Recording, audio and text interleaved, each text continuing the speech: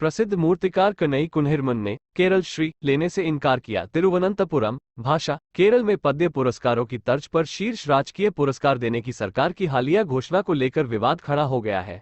प्रतिष्ठित मूर्तिकार कनई कुन्हिरमन ने अपनी ऐतिहासिक प्रतिमाओं को सही ढंग से रखने में अधिकारियों की नाकामी पर विरोध जताते हुए केरल श्री पुरस्कार ले से इनकार कर दिया है।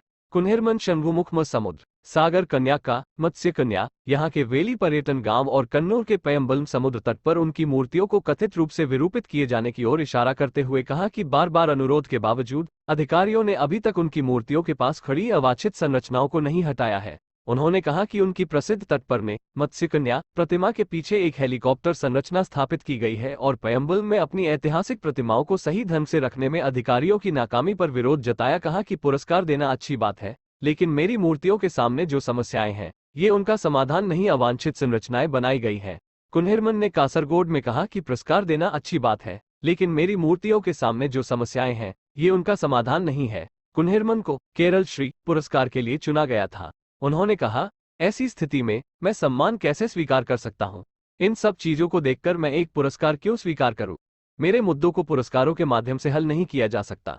मुझे ऐसा सम्मान नहीं चाहिए। मेरी बनाई मूर्तियों का अच्छी तरह रखरखाव होना चाहिए। केरल की वाम सरकार ने सोमवार को समाज में अमूल्य योगदान देने वाले व्यक्तियों को सम्मानित करने के लिए पद्य पुरस्कारों की तर्ज पर 3 श्रेणियों में शीर्ष राजकीय पुरस्कार देने की घोषणा की थी। मां और बच्चे की मूर्ति के सामने एक टॉवर बनाया गया है। उन्होंने कहा कि उनके द्वारा तैयार किए गए वेली टूरिस्ट विलेज में कई